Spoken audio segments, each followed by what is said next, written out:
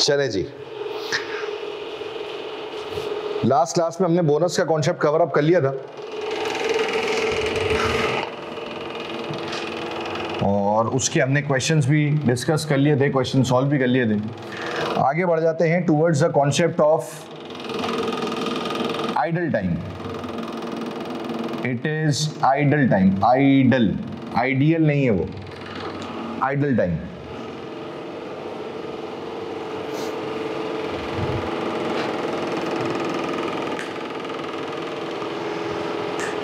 अच्छा, what is idle time? देखिए बहुत सिंपल सी कहानी है। आइडल टाइम का मतलब है वो टाइम पीरियड जिसमें लेबर फारिग बैठा हुआ है लेकिन स्टिल मैं उसे पैसे पे कर रहा हूं। सही ना? आइडल टाइम का मतलब है वो टाइम पीरियड जिसमें लेबर फारिग बैठा हुआ है, लेबर बिल्कुल वेला चल रहा है माशरे के अंदर, लेकिन स्टिल मैं उसे पैसे पे कर रहा हूं। That is the concept of idle time. देखिए, जब कोई भी लेबर किसी ऑर्गेनाइजेशन में काम करने आता है ना, तो आपको ये चीज अंडरस्टैंड करनी है कि उसका ना एक मैक्सिमम एफिशिएंसी लेवल होता है। और किसी भी लेबर का एक मैक्सिमम एफिशिएंसी लेवल कितना होगा? मैंने कहा जी ऑब्वियस सी बात है कि the maximum efficiency level will be 100%। इससे ऊपर की कहानी तो हो ही नहीं सकती, सवाल ही पैदा नहीं होता। तो जब एक लेबर काम करने आता है ना, तो नॉर्मली उसका जो मैक्सिमम एफिशिएंसी लेवल होता है वो 100% होता है। यानी कि मैं ये अज्यूम करके चलता हूं कि भाई वो ज्यादा से ज्यादा कितना काम कर सकता है? वो ज्यादा से ज्यादा 100% का काम कर सकता है, ठीक है ना? लेकिन क्या वो 100% का काम करता है? देखिए ऐसा नहीं होता। होता बेसिकली ये है कि उसका ये जो 100% एफिशिएंसी लेवल है ना, ये दो हिस्सों में टूट जाता है। कुछ टाइम पीरियड वो काम करता है जिसे हम नाम देते हैं प्रोडक्टिव आवर्स का, और कुछ टाइम पीरियड वो फारिग बैठा हुआ होता है जिसे हम बेसिकली किसका नाम देते हैं? आइडल आवर्स का। सही ना? काम के दरमियान फारिग बैठना, ठीक है ना? तो एक होता है आप काम कर रहे हैं, that will be considered as your productive hours, और एक होता है कि आप फारिग बैठे हुए हैं, that will be considered as your idle hours. क्योंकि देखो मसला क्या है, सबसे पहले तो आपको ये समझना है, आप अपने आप को भी रख कर देखें, तो क्या आपका एफिशिएंसी लेवल जो 100% है, कभी आपने उसको टच करने की कोशिश की है? देखिए फॉर एग्जांपल, आपके पास दिन में 24 घंटे, डॉक्टर्स के मुताबिक एक इंसान को सोने के लिए 8 घंटे की मैक्सिमम नींद चाहिए। अब अगर आप 8 घंटे से ज़्यादा सो रहे हैं तो अब आप सोच लें कि आप कौन सी कैटेगरी में लाए कर रहे हैं, ठीक है? वो 8 घंटे आपने निकाल दिए, बाकी पीछे बचे 16 में से आप 10 घंटे और निकाल दें, खाना पीना, मोबाइल, नमाज और अदर एक्टिविटीज़, 10 घंटे आपने और निकाल दिए, तो आपके पास पीछे बचे पूरे दिन में 6 घंटे। रोजाना आपके पास पीछे कितने घंटे बचे? 6 घंटे। अब आप खुद से ये सवाल पूछें कि ऐसा कितना टाइम पीरियड गुजरा है, ऐसे कितने दिन गुजरे हैं आपकी जिंदगी में जब आपने 6 घंटे पढ़ा है? आपने बोला सर ये क्या बात कर दी, हम तो पेपर से एक दिन पहले 6 घंटे ना पढ़े, ठीक है ना? तो रोजाना आप 6 घंटे पढ़ने की बात कर रहे हैं, ये तो प्रैक्टिकली पॉसिबल नहीं है। चले ये तो हमने साइड में कर दिया। अब आपने कितने घंटे पढ़ा है? आपने कहा सर मैंने मैक्सिमम 3 घंटे पढ़ा है, लेकिन मैं आपको कह रहा हूं कि देखें आपने 3 घंटे नहीं पढ़ा, आप असल में 3 घंटे किताब के सामने बैठे हुए हैं, आप 3 घंटे पढ़ नहीं रहे हैं। क्योंकि होता पता क्या है, आपने किताब खोली, आपने पढ़ना शुरू किया, 20-25 मिनट बाद, आधे घंटे बाद अब आप चले गए ख्यालात की आगोश में, फ्यूचर प्लानिंग, मैं ACCA कर लूँगा, मैं गाड़ी खरीद लूँगा, मैं बड़ा आदमी बन जाऊँगा, मैं अमीर हो जाऊँगा, फिर मेरी शादी होगी, सही है? अब आप वो सोच रहे हैं, 10-15 मिनट आपने सोचा, फिर आप वापस आए। अब ये जो 10-15 मिनट आपने पढ़ाई के दरमियान सोचा ना, ये आपका क्या था? ये आपका था आइडल आवर। लेबर को मैंने बुलाया 8 घंटे। अच्छा, अब 8 घंटे के अलावा वो जिंदगी में क्या कर रहे हैं ना, मेरा उससे कंसर्न नहीं है। मुझे उस 8 घंटे को फोकस करना है जो उसके प्रोडक्टिव होने चाहिए थे, क्योंकि उन 8 घंटों की पेमेंट कर रहा हूं मैं। लेकिन क्या कोई भी लेबर 8 घंटे काम कर रहा है? तो मुझे पता चला कि नहीं जी, कोई भी लेबर जो है ना वो 8 घंटे काम नहीं कर रहा। देखिए ना, हमारे पास ऊपर जितनी भी एडमिन है, लड़कों की बात करते हैं, इसमें जितने मर्द हजरात हैं, उनकी टाइमिंग है 9 to 7, यानी कि 10 घंटे, ठीक है ना, रेगुलर बेसिस पर। मैं इनको पैसे दे रहा हूं 10 घंटों के, लेकिन क्या ये 10 घंटे काम कर रहे हैं? ये 10 घंटे काम नहीं कर रहे भाई। ये आते हैं सुबह 9 बजे टहलते हुए, 9:05, 9:10 टहलते हुए आएंगे, बैठेंगे, मुंह हाथ धोएंगे, पंखा शंखा चलाएंगे, एसी वेसी चलाएंगे, कंप्यूटर ऑन करेंगे, माहौल शॉल बनाएंगे, डेस्क वेक्स को प्रॉपर मेंटेन करेंगे, फिर चाय मंगवा लेंगे, फिर चाय वाय पीकर ये काम शुरू करते हैं तकरीबन 9:30 पौने 10 के। यानी कि इन्होंने, आप समझ लें कि शुरू का आधा पौना घंटा जिसके मैं इनको पैसे दे रहा हूँ, इन्होंने बर्बाद कर दिए, इन्होंने कोई काम नहीं किया। और ये सारी ऑर्गेनाइजेशन की बात मैं आपको बता रहा हूँ, सिर्फ एक ऑर्गेनाइजेशन की कहानी नहीं है ये। अच्छा, फिर इन्होंने 9:30 पौने 10 बजे काम करना शुरू किया, बिल्कुल माहौल बनाकर, और काम करते करते करते करते करते ये एक सर्टेन पॉइंट पर पहुंचे। सुनना गौर से, काम करते करते ये एक सर्टेन पॉइंट पर पहुंचे और इन्होंने 3-4 घंटे काम किया। फिर आ गया जोहर का ब्रेक, 1:30 बजे इन्होंने हाथ वाथ झाड़े और ये चले गए कि सर अब हम खाना वाना खा के नमाज पढ़ कर आते हैं। इन्होंने खाना खा के नमाज पढ़ने में लगा दिया 1 घंटा। फिर वापस आए, फिर ये गुनूदगी में थे, फिर इन्होंने चाय मंगवाई, चाय वाय पी के ये होश में आए तो आपको 1.5 घंटा लग गया। शुरू का आधा पौना घंटा और यहाँ का 1.5 घंटा। यानी कि आप समझ लें कि रेगुलर बेसिस के ऊपर, रोजाना की बेसिस के ऊपर ये लोग 3 घंटे फारिग हैं। कितने घंटे फारिग हैं? 3 घंटे फारिग हैं। ये वो टाइम पीरियड है जिसकी मैं पेमेंट उनको कर रहा हूं, लेकिन ये कोई काम नहीं कर रहे। तो that time period will be considered as your idle hours. सही ना? ये बेसिकली क्या कहलाया जाता है? ये आपके आइडल आवर्स कहलाए जाते हैं। बाकी जितने घंटे आपने काम किया, that will be considered as your productive hour. अब मसला क्या है? सवाल ये उठता है, हमारे जहन में ये आता है कि देखें सर, आइडल आवर्स की हम पेमेंट क्यों कर रहे हैं? हम आइडल आवर्स के पैसे काट लें और उसको पेमेंट सिर्फ किसकी करें? प्रोडक्टिव आवर्स की। मैंने कहा देखो, ये कभी कभार जो है ना वो प्रैक्टिकली पॉसिबल नहीं होता, क्योंकि जब मैं आइडल आवर्स के पैसे काटने जाऊंगा ना, तो अगर मैंने किसी एक के आइडल आवर्स के पैसे काटे, आप समझ रहे, इंटरनली फड्डा शुरू हो जाएगा। मैंने एक बंदे के पैसे काटे, तू दिन में रोजाना 3 घंटे फारेगा, तेरे पैसे काट रहा हूं। अच्छा, मैं 3 घंटे फारेगा, ये 4 घंटे फारेगा, वो 6 घंटे फारिग बैठा रहता है, वो तो कोई काम ही नहीं करता। आप समझ रहे, इंटरनली कॉन्फ्लिक्ट शुरू हो जाएंगे, इंटरनली लड़ाइयाँ शुरू हो जाएंगी। तो कभी कभार कुछ सिचुएशंस ऐसी होती हैं कि जिनमें आपको पैसे पे करने होते हैं ताकि चीज़ें जो है ना वो थोड़ी सी नॉर्मलाइज रहें। सही ना? आपको पैसे पे करने हैं ताकि चीज़ें बेसिकली क्या रहें मेरे भाई? चीज़ें ताकि नॉर्मलाइज रहें। चीज़ें नॉर्मलाइज रहेंगी तभी आप आगे बढ़ते चले जाएंगे, अदरवाइज हालात कशीदा होते चले जाएंगे।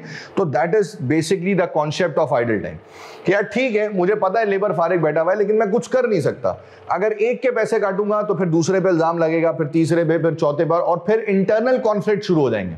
और उन इंटरनल कॉन्फ्लिक्ट्स का नुकसान कंपैरेटिवली ज्यादा होगा as compare to this payment. तो इसलिए मैं कहता हूं यार ठीक है, अगर लेबर कुछ टाइम पीरियड फारिग भी बैठा हुआ है तो लेट इट बी, कोई मसले वाली बात नहीं है। बट स्टिल हम उसको क्या कर रहे होंगे? स्टिल हम उसको एक पर्टिकुलर अमाउंट पे ऑफ कर रहे होंगे। तो that is the concept of idle hours, यानी कि उसे हम आइडल टाइम का नाम दे रहे होंगे। अच्छा, अब ये बात याद रखें कि आइडल आवर्स और प्रोडक्टिव आवर्स का जो कंबाइंड प्रोपोर्शन है ना, वो हमेशा कितने % होता है मेरे भाई? 100% होता है। आइडल आवर्स और प्रोडक्टिव आवर्स का कंबाइंड प्रोपोर्शन हमेशा कितने % होता है? 100% होता है। इसका मतलब ये है कि अगर सवाल में ये कहा जा रहा है कि आइडल आवर्स 20% है, तो इसका मतलब क्या होगा कि प्रोडक्टिव आवर्स कितने होंगे? 80%। अगर सवाल में कहा जा रहा है कि आइडल आवर्स 25% है, तो प्रोडक्टिव आवर्स कितने होंगे? 75%। अगर ये कहा जा रहा है कि भाई आइडल आवर्स 30% है, तो प्रोडक्टिव आवर्स कितने होंगे? 70% होंगे। यानी कि आइडल आवर्स और प्रोडक्टिव आवर्स का कंबाइंड प्रोपोर्शन हमेशा कितने % बनेगा मेरे भाई? 100% बनेगा। और पेमेंट भी हमेशा कितने % होगी? 100% होगी। सही ना? पेमेंट भी हमेशा कितने % हो रही होगी मेरे भाई? पेमेंट भी हमेशा 100% हो रही होगी। ये बात तयशुदा होती है कि भाई मैं जब भी पैसे पे करने जाऊंगा तो मैं पैसे पे हमेशा कितने % करूंगा? मैंने कहा जी पैसों की पेमेंट हमेशा 100% होगी। तो ये बात याद रखें कि प्रोडक्टिव आवर्स और आइडल आवर्स, प्रोडक्टिव आवर्स जितने घंटे आप काम कर रहे हैं उसकी पेमेंट हो रही है प्रोडक्टिव आवर्स। आइडल आवर्स जितने घंटे आप फारिग बैठे हुए हैं लेकिन स्टिल उसकी पेमेंट हो रही है आइडल आवर्स। आइडल आवर्स और प्रोडक्टिव आवर्स का कंबाइंड प्रोपोर्शन हमेशा कितने % बनेगा मेरे भाई? 100% बनेगा। और जब मैं पैसे पे करने जाऊंगा, जब मैं किसी भी लेबर को पैसे पे करूंगा, तो वो पैसे हमेशा कितने होंगे मेरे भाई? 100% होंगे। मैं उसे प्रोडक्टिव आवर्स की पेमेंट भी करूंगा, काम करने की पेमेंट भी करूंगा, और मैं उसे आइडल आवर्स की पेमेंट भी करूंगा, यानी कि फारिग बैठने के पैसे भी दिए जा रहे होंगे। दोनों पेमेंट्स उसको की जा रही होंगी। ये बात हम याद रखेंगे। क्या ये बात क्लियर है यहाँ तक? पहले इसे कॉपी कर लें, फिर हम एक सवाल कर लेते हैं, उससे हमें और चीज़ें समझ आ जाएंगी। चलें जी, जरा एक आदत क्वेश्चन लिख लेंगे अपने पास।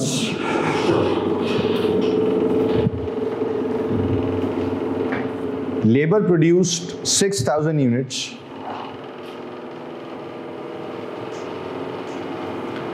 labor produces 6,000 units and each unit will take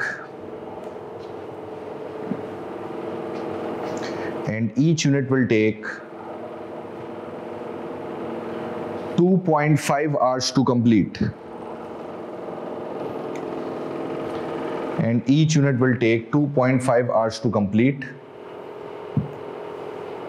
at the rate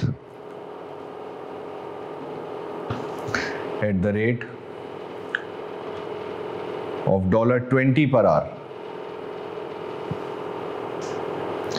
At the rate of $20 per hour. Full stop. 20% hours were idle.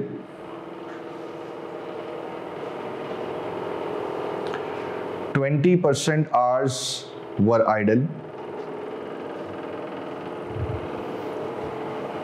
Calculate the total cost.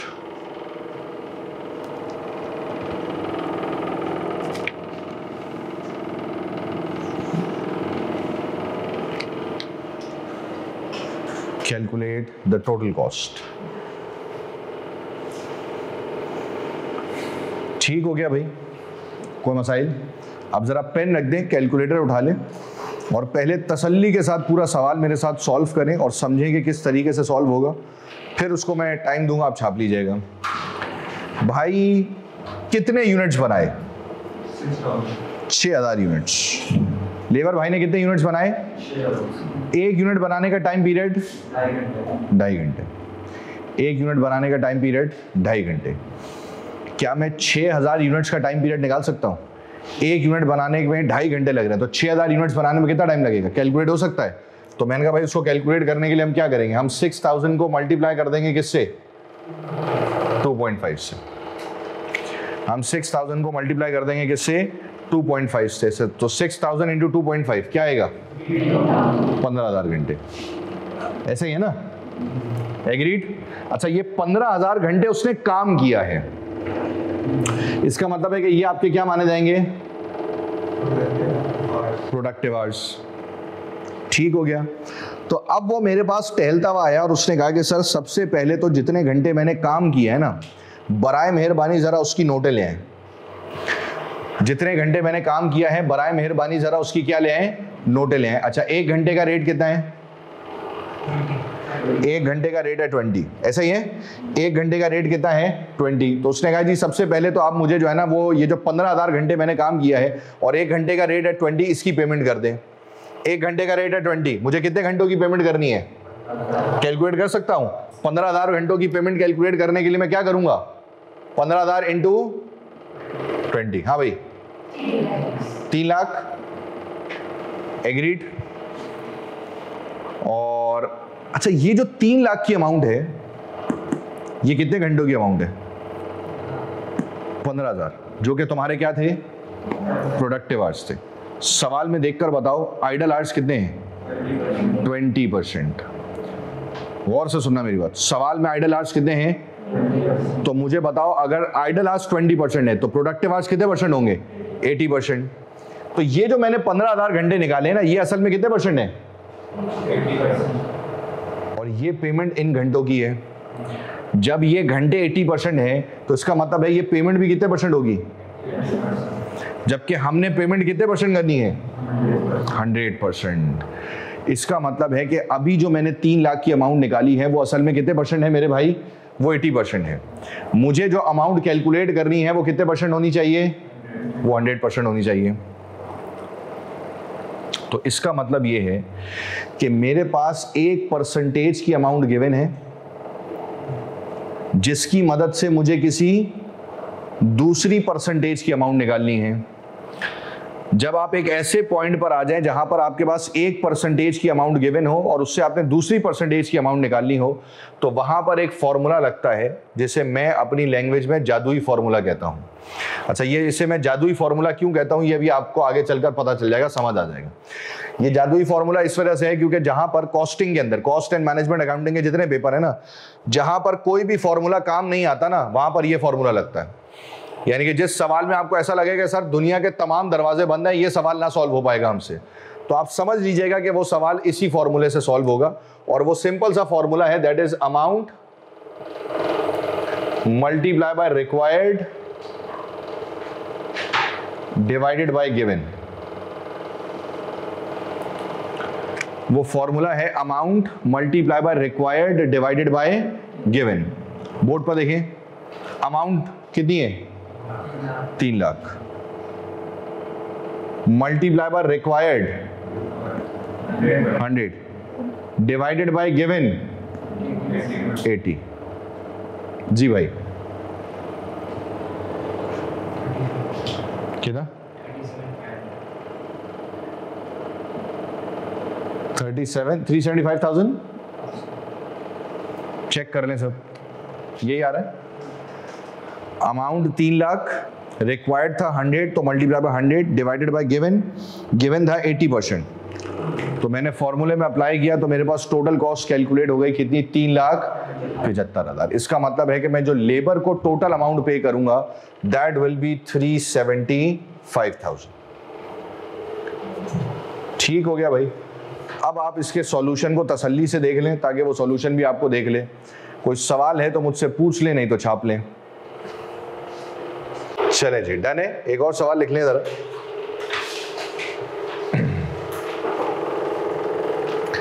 Labour produces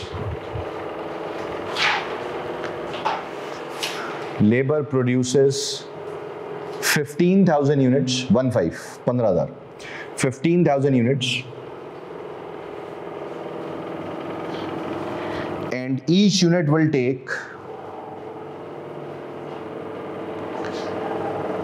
each unit will take 3 hours to complete, and each unit will take 3 hours to complete at the rate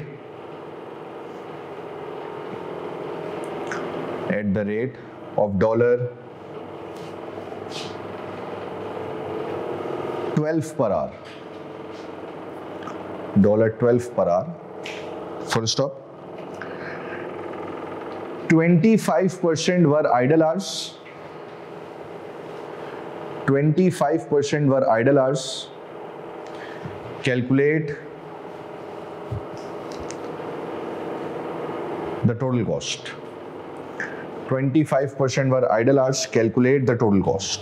चले जी, कितने units बनाए थे? 15,000। और एक unit बनाने का time period 3 घंटे। ठीक हो गया। तो 15,000 यूनिट्स का टाइम पीरियड तो फोड़ देंगे ना, 15,000 इंटू,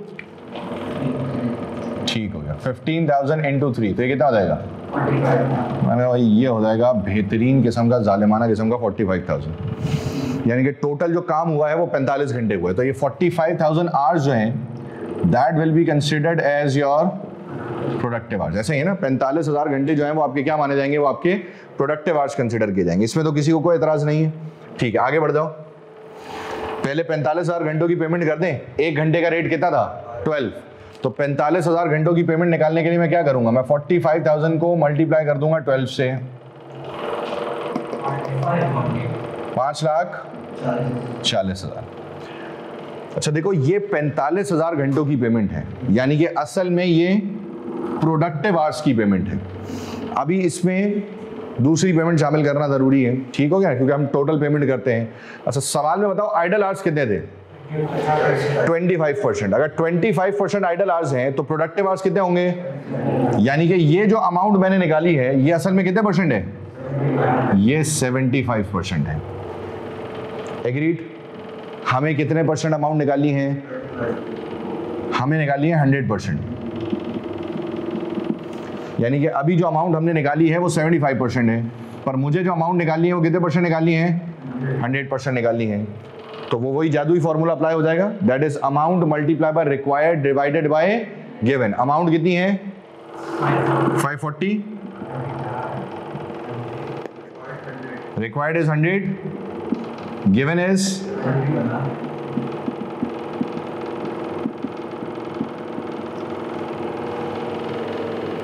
तो it will B 7,20,000।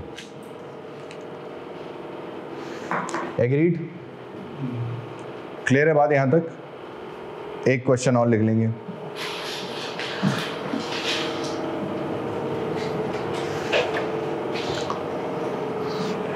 Labor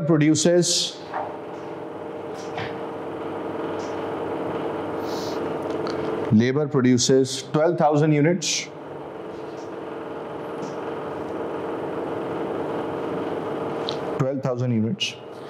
And each unit will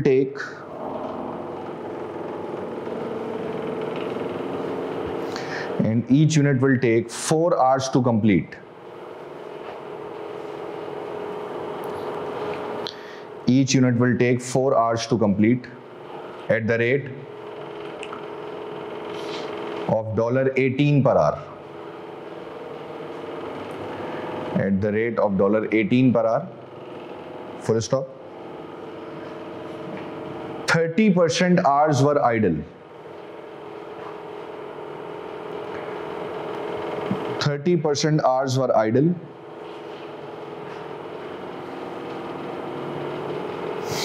Calculate the total cost. ठीक हो गया भाई? क्या आंसर बना आप लोगों का? 1 2 3 4 285। ठीक है, राउंड ऑफ कर देंगे मुझको, तो पॉइंट समथिंग आ रहा होगा। ठीक हो गया, ये आंसर आ गया। ठीक है। अच्छा, अब एक जो चीज मेनली समझने वाली है ना पेपर के पॉइंट ऑफ व्यू से, वो बड़ी जरूरी है। अच्छा देखो, ये जो टोटल कॉस्ट कैलकुलेट करने तक हम यहां तक पहुंचे हैं, इसमें हमने कितने स्टेप्स अप्लाई किए हैं? देखो, सबसे पहले मैंने निकाले प्रोडक्टिव आवर्स, स्टेप नंबर 1। फिर मैंने निकाली प्रोडक्टिव आवर्स की पेमेंट, स्टेप नंबर 2। और फिर मैंने निकाली टोटल पेमेंट, यानी कि स्टेप नंबर 3। लेकिन मेरे भाई, इस चीज को जहन में रखें कि हर दफा सारे स्टेप्स अप्लाई होंगे ये जरूरी नहीं है। हर दफा सारे स्टेप्स अप्लाई होंगे ये जरूरी नहीं है। हो सकता है, मतलब प्रैक्टिकली पॉसिबल है कि वो ये आपसे पूरा सवाल कराए। जैसे मैंने अभी जो 3 सवाल आपसे करवाए ना, ये मैक्सिमम है। मैक्सिमम रिक्वायरमेंट ये हो सकती है, इसके अलावा और कुछ नहीं हो सकता। इससे ज्यादा कुछ कैलकुलेट करने के लिए नहीं आएगा। हाँ, अलबत्ता इससे कम जरूर हो सकता है। ये पॉसिबिलिटी है कि जब आप सवाल पढ़ना शुरू करें तो आपको पता चले कि सवाल में प्रोडक्टिव आवर्स ऑलरेडी गिवन है। प्रोडक्टिव आवर्स ऑलरेडी गिवन है, इसका मतलब है कि उसने सवाल में से यूनिट्स गायब कर दिए और एक यूनिट बनाने में कितना टाइम पीरियड लगता है ये भी गायब कर दिया। और उसने आपको सवाल में डायरेक्टली क्या दे दिए? Productive hours. अब अगर उसने सवाल में डायरेक्टली प्रोडक्टिव आवर्स दे दिए तो इसका मतलब है कि स्टेप नंबर 1 ऑलरेडी कैलकुलेटेड है। तो आप डायरेक्टली क्या करेंगे? स्टेप नंबर 2 यानी कि प्रोडक्टिव आवर्स की पेमेंट निकालेंगे और उसकी मदद से टोटल कॉस्ट निकाल लेंगे। ये भी हो सकता है कि वो आपको स्टेप नंबर 2 तक सॉल्व कर दे, प्रोडक्टिव आवर्स की पेमेंट तक निकाल कर दे दे, और उससे आपने क्या निकालनी हो मेरे भाई? टोटल कॉस्ट निकालनी हो। तो इसका मतलब ये है कि आप इस चीज को समझें कि हमने क्लास में 3 स्टेप्स पढ़े हैं, but it is not compulsory कि जो एग्जामिनर है वो आपसे इन तीनों स्टेप्स की वर्किंग करवाएगा। ये जरूरी नहीं है। हाँ ठीक है, सिचुएशन टू सिचुएशन वेरी करता है। हो सकता है उसका मूड बने वो तीनों स्टेप्स करवा ले। हो सकता है कि वो स्टेप नंबर 1 सॉल्व करके दे दे, आपने 2 और 3 करना हो सकता है वो स्टेप नंबर 2 सॉल्व करके दे दे, आपने सिर्फ स्टेप नंबर 3 करना हो। तो इस चीज को जहन में रखिएगा। सवाल पढ़कर पहले फैसला कीजिएगा कि एग्जामिनर ने तुम्हें किस पॉइंट पर खड़ा किया है और तुम्हें उससे आगे फर्दर कैलकुलेशन क्या करनी है। हर सवाल में हर कैलकुलेशन नहीं हो रही होगी, तो पहले सवाल की रिक्वायरमेंट को समझेंगे और उसके बाद फिर उसको अप्लाई करेंगे। क्या ये बात क्लियर है यहां तक? कोई मसाइल? अब आप देखेंगे जरा कैपलन की किट।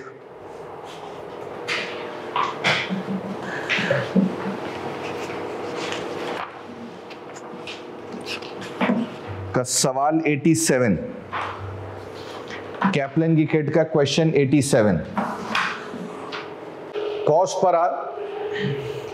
अभी हमने आइडल टाइम का कॉन्सेप्ट पढ़ा, आपने क्वेश्चन नंबर 87 सॉल्व कर लिया। किसका मेरे भाई? आपने क्वेश्चन नंबर 87 सॉल्व कर लिया कैप्लन का, उसका आंसर आ गया 30,000, कहानी हो गई डन। अब आते हैं कॉस्ट पर आवर के ऊपर। अच्छा देखिए, कॉस्ट पर आवर में सिचुएशन वही है, कहानी वही है, और सिर्फ बेसिकली क्या हो रहा है, एक तरीके की रिवर्स वर्किंग है।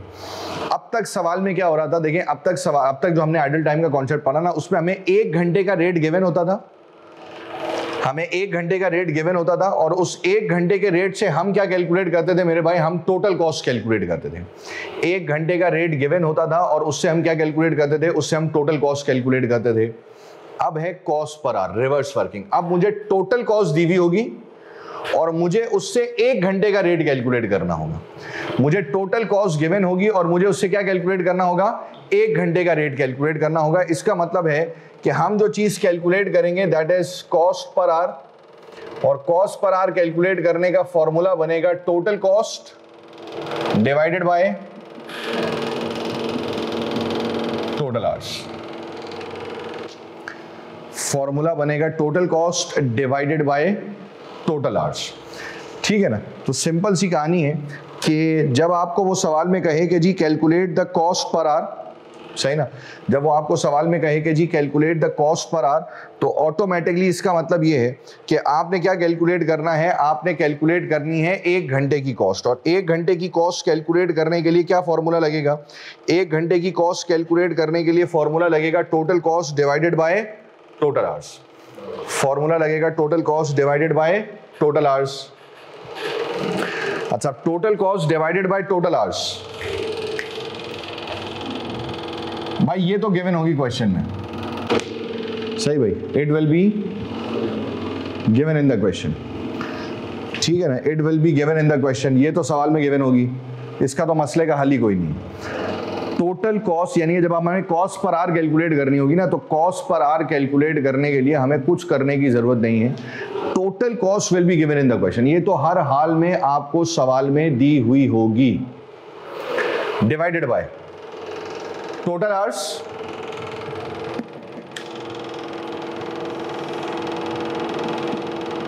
अच्छा, यहां पर टोटल आवर्स का मतलब है productive hours plus idle hours.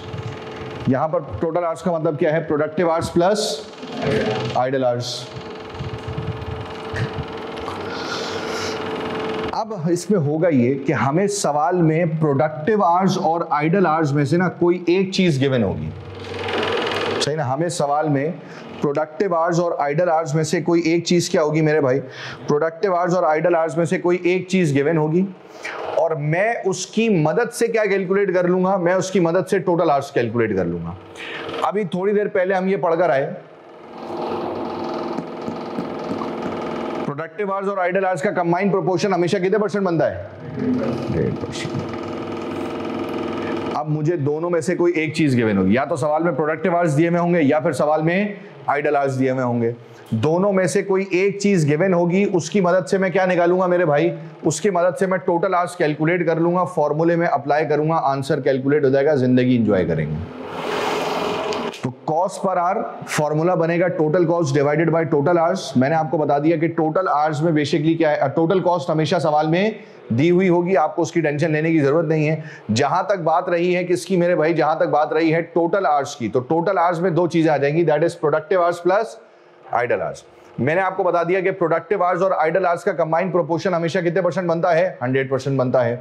अब दोनों में से कोई एक चीज गिवन होगी, या तो सवाल में प्रोडक्टिव आवर्स गिवन होंगे या फिर सवाल में आइडल आवर्स गिवन होंगे। कोई एक चीज गिवन होगी और उसकी मदद से मैं दूसरी चीज कैलकुलेट करके टोटल आवर्स निकालूंगा, फॉर्मूले में अप्लाई करूंगा, आंसर कैलकुलेट होगा, जिंदगी प्रॉपर एंजॉय करेंगे। क्या ये बात क्लियर है? फॉर्मूला कॉपी कर लें, फिर हम देखते हैं कि सवाल किस तरीके से सॉल्व होगा। चलें जी, जरा क्वेश्चन लिख लेंगे अपने पास। A job required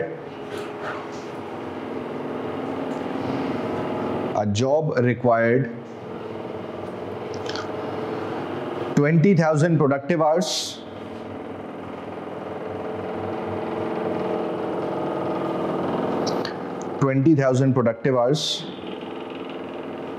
having a total cost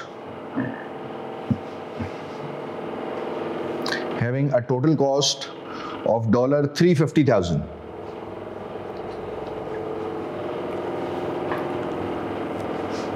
of $350,000, 3,50,000. $350,000, full stop. 25% hours were idle.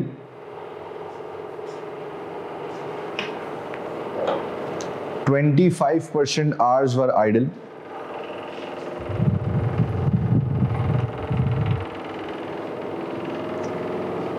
Calculate the cost per hour. Calculate the cost per hour.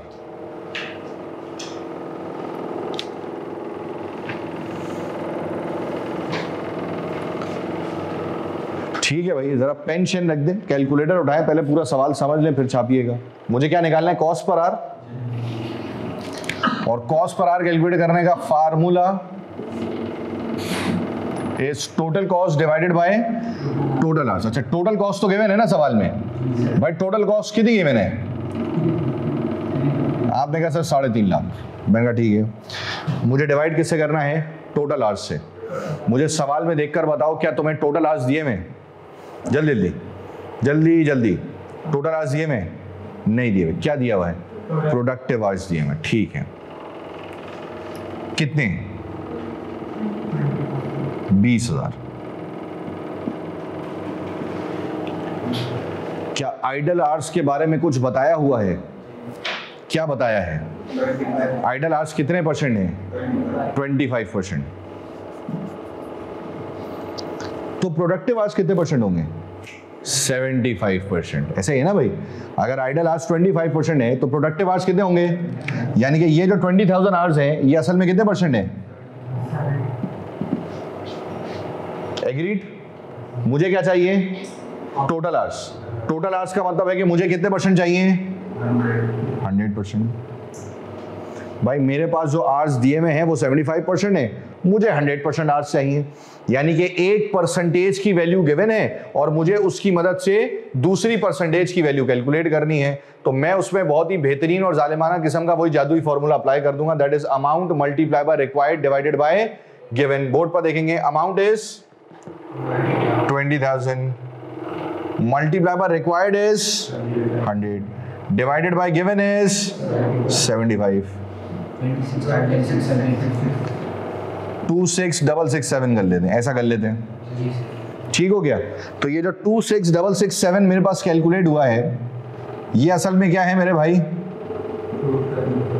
ये असल में है टोटल आवर्स। ये टोटल आवर्स अब यहां चले जाएंगे और डिवाइड होकर आपके पास कॉस्ट पर आवर की अमाउंट आ जाएगी। कितनी?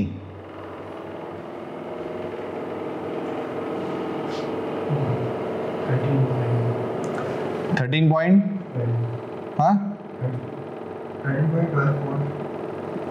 13.12।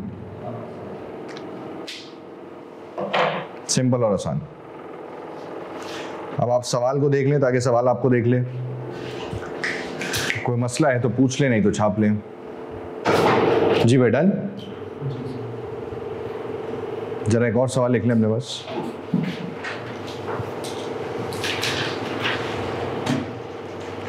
Job required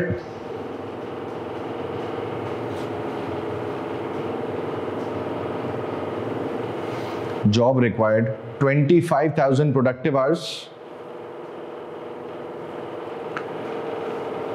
25,000 productive hours, having a total cost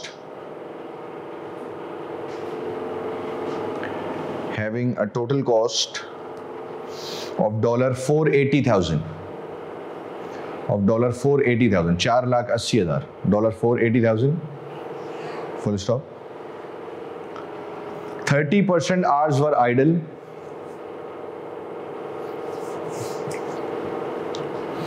30% hours were idle. Calculate the cost per hour. जी भाई, हुआ क्या आंसर आया?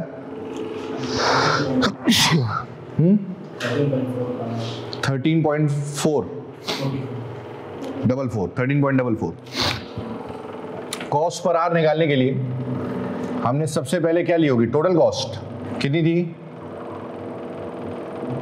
480,000। अब उसको डिवाइड करना था टोटल आवर्स से, लेकिन मेरे पास सवाल में टोटल आवर्स नहीं थे, बल्कि क्या गिवन था, प्रोडक्टिव आवर्स। कितने 25,000 एग्रीड। आइडल आवर्स कितने थे 30%, तो प्रोडक्टिव आवर्स कितने हो जाएंगे 70%। मुझे इस 70% से कितने परसेंट निकालने थे 100%। तो फॉर्मूला अप्लाई हो जाएगा, amount multiply by required divided by given. Amount is 25,000 multiply by required is 100 divide by given is 70। जी मेरा भाई कितना 714, ठीक है 35714 डिवाइड कर दूंगा तो आंसर आ जाएगा। क्लियर है बात यहां तक? ठीक है। अच्छा, एक सवाल आप कैप्लन का घर से निपटा कर आएंगे, दैट इज क्वेश्चन 88।